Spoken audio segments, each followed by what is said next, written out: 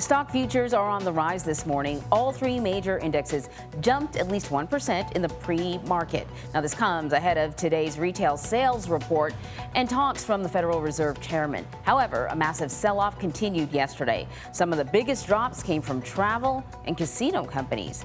Elon Musk says that his deal to buy Twitter for $44 billion can't proceed until a showdown over bot accounts is finally resolved. Twitter claims less than 5% of its users are bots, but Musk has demanded more information about the exact number. And the average price of gas in every state is now over $4 per gallon. This morning, the national average is over $4.52. That's according to AAA. And that is up 4 cents from just yesterday, and it sets a new record high.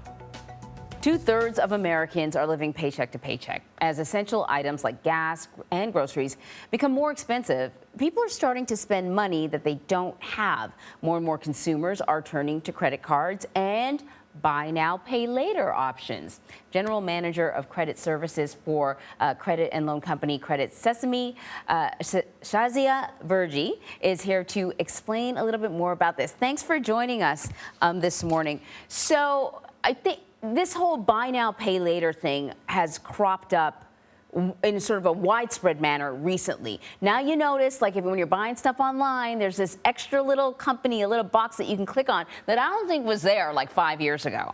But I don't know if people really understand. So let's talk about when you're buying online, you have many different ways to pay. You can pay on a card, or in many cases, there's buy now, pay later. What is the difference? That's right. Well, I think the first important thing to note is that consumer debt is on the rise, and it's growing at a very fast rate.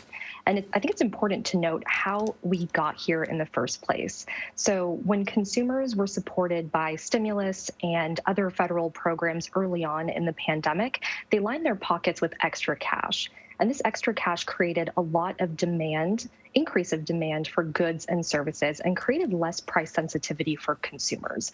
So as demand increased and as supply couldn't keep up, prices started to rise. And so consumers are now leaning more on their credit cards for their everyday spending, and many of them are resorting to buy now, pay later options because they have 0% interest. And as we know, as the Fed is increasing interest rates, it's making borrowing more expensive. So buy now, pay later has been an attractive alternative for many consumers out there who are looking to continue their spending and kind of fulfill that demand, but potentially at a lower cost.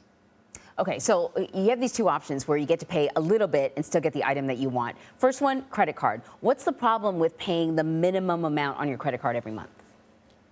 Well, the problem with that is that you're going to incur fees, you're going to incur interest. There's a lot of, things that will build up, and your debt will continue to snowball. Especially, as I mentioned, with rates on the rise, it's becoming more expensive to carry a balance. And so typically during this time period, in the March and April timeframe, we typically see consumer kind of credit card balances decrease. But it's a completely different picture this year with balances on the rise, and that's only going to continue increasing as those interest rates continue to increase on the cards.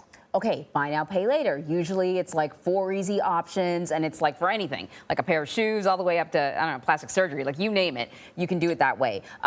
There's no interest. The fees are quite low. The expenses are actually paid for by the company where you're buying the item from. So that seems like a really good option. How does it work? Is it a good option for everyone?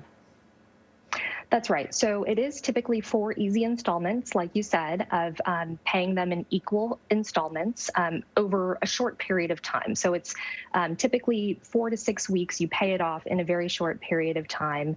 And, it's important to read the fine print because although it's not positioned as a traditional debt product, it actually does work very similarly to a traditional credit card, where if you don't pay, you still incur those interest fees and charges. And if you end up not paying overall, you could go into collections. So it certainly can impact your financial situation and ability to borrow in the future. Yeah, and even worse, if you put those 4 easy payments on your credit card, then you got to double. Shazia Virji, thank you very much. Thank you for having me.